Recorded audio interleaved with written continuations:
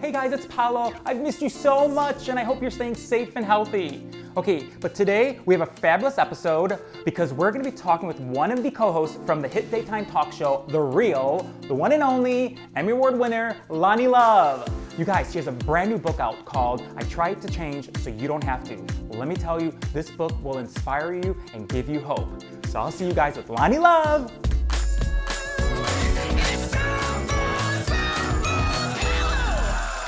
Okay, are you ready?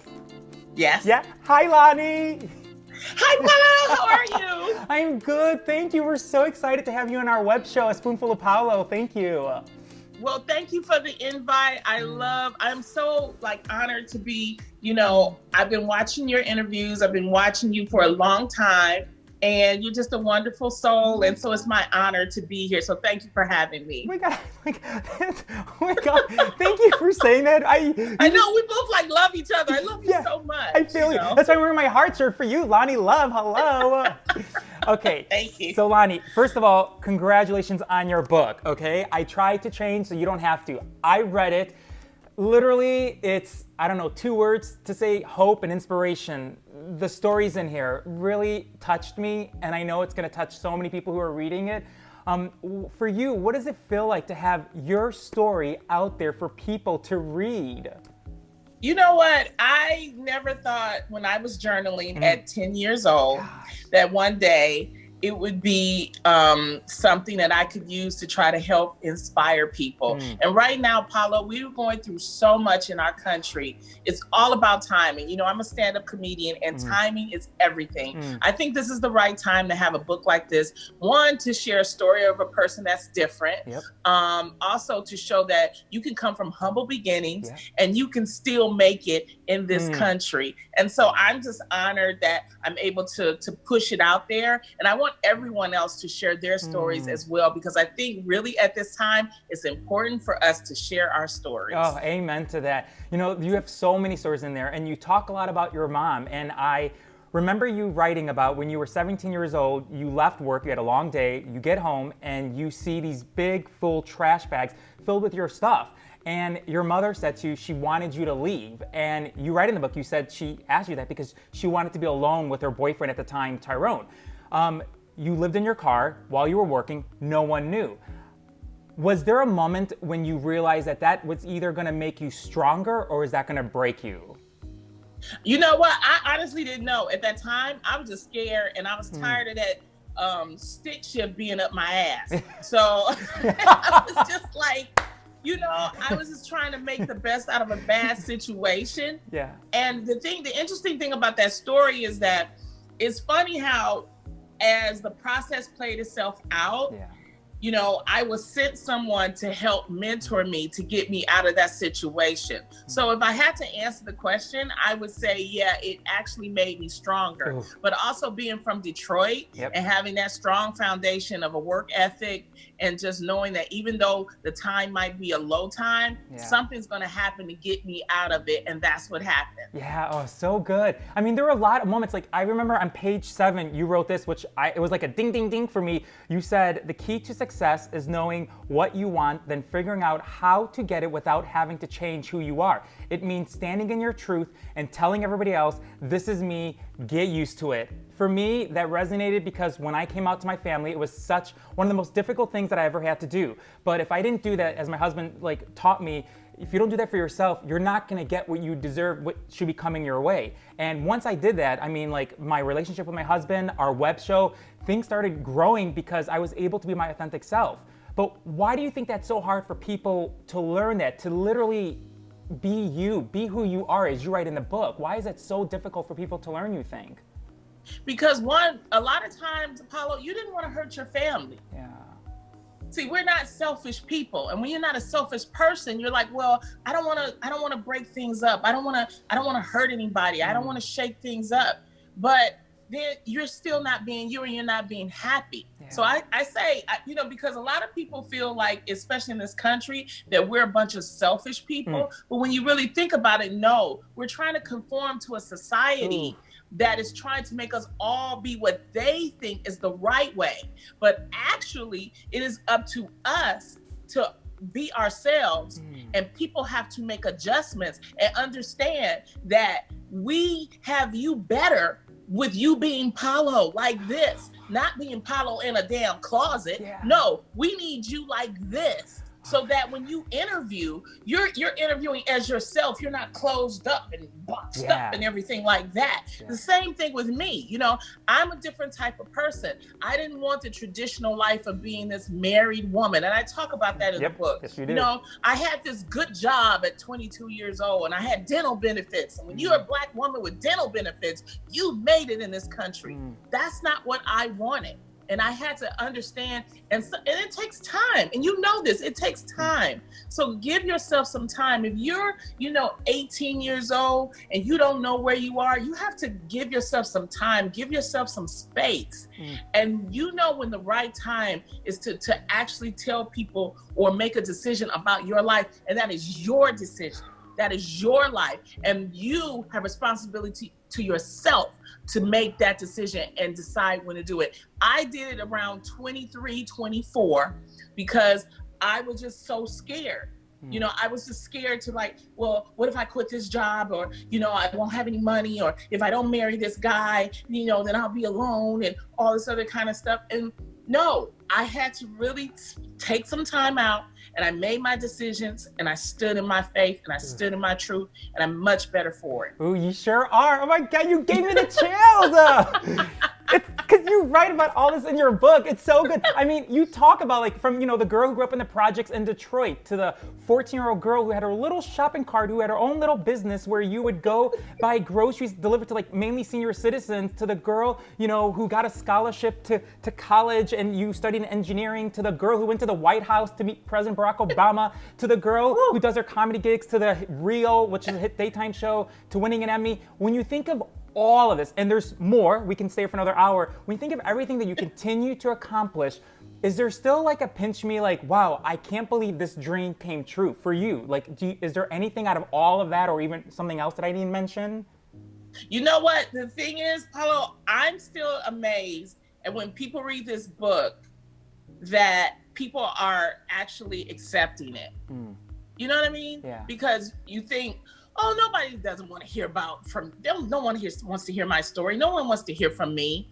And there have been so many people that have read it and they can relate to it, or they've been encouraged by it, or they've been hopeful about it. And I'm like, that's the purpose. It's not about me. It's not about, me getting accolades or me look at me, look where I came from. No, the purpose of this book, I feel, was really to inspire somebody. I wish I had this book when I was, 18 years old. I wish I had this book when I was 17 and I was living in my car, so that it could give me some hope and some inspiration. So I think my calling was to write this book to help the future. And so that's why I did it. I'm glad it's being, accepted. And I just want people to know, start journaling your story. Right now, Paulo, we are living in historic times. This is a pandemic with civil unrest that's happening.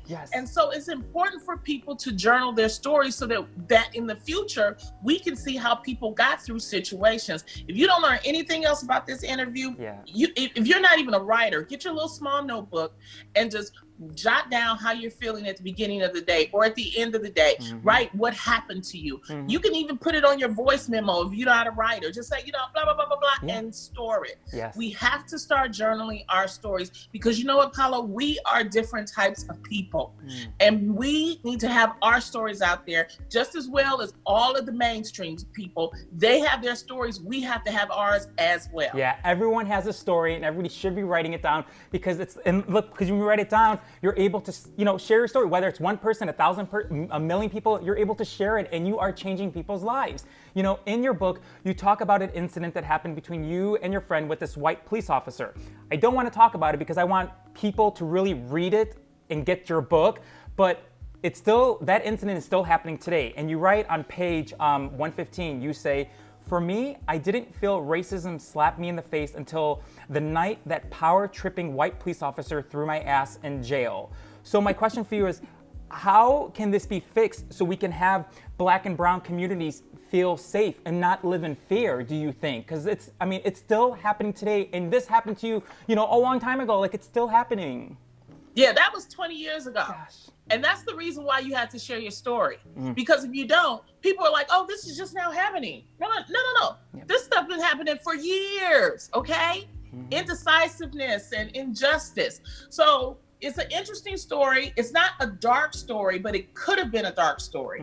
So that's why you have to, and I'm glad that you're not, telling me to explain it, because when you explain it, people already have judgments about it. Yeah. But in the book, we actually go through details. Oh. And like I said, there's some funny moments about it, yes, and there's some really serious moments about it.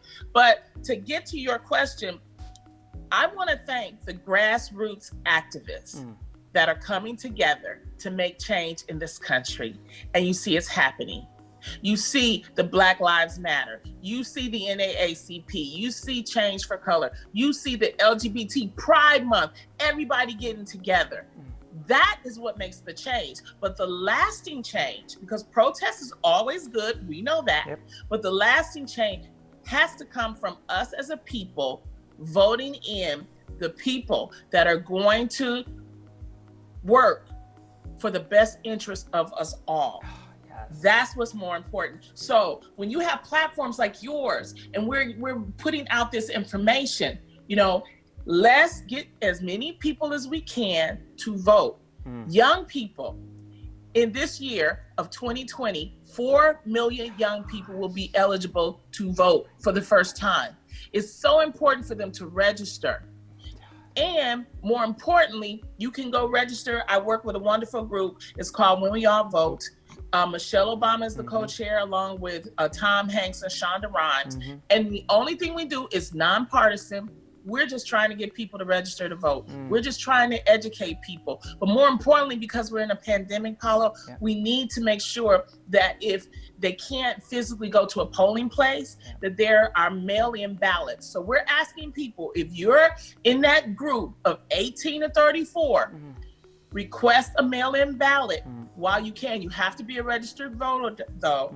So register to vote first, then request a mail-in ballot. Yes. And people want to say that, voting doesn't matter, but it really, really does. And that's all we're asking, is to get the people out to vote and make sure that they're registered properly. Yeah, and go to the website, whenweallvote.org. That's where they can go to. I've been to it. It's really easy to get to, easy to sign up for.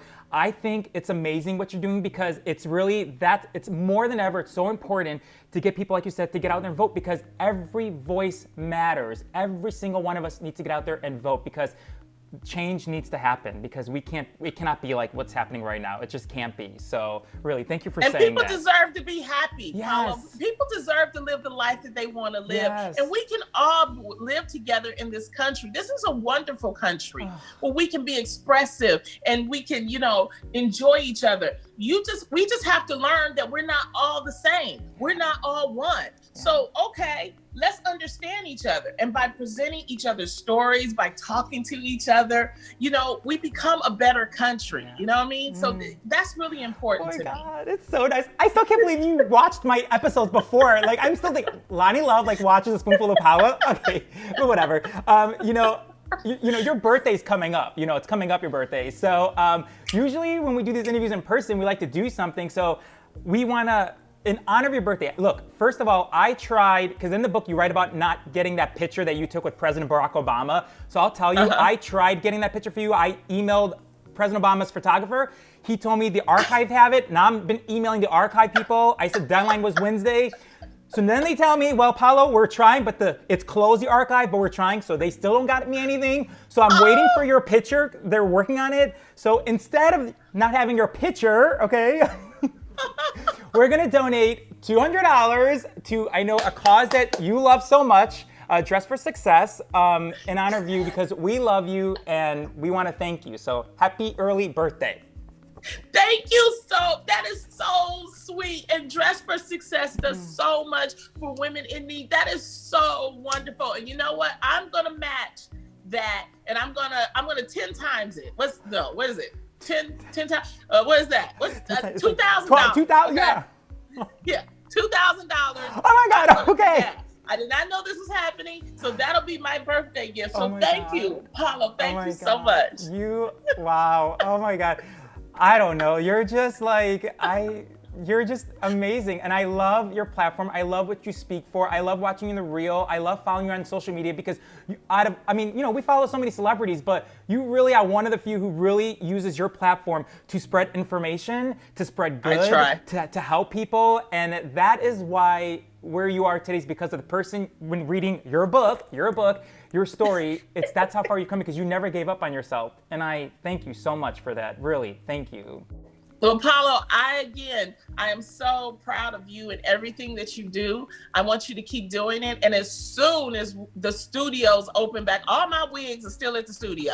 That's when my hair's all wrapped up. They will not let us in the studio. But when we have studio shows, I would love for you to come back and be a part and be a guest on our show. You present such a positive, uplifting message. And we would just love to have you come on. Oh my God. I love you, Loni Love. I really do. Thank you for saying that.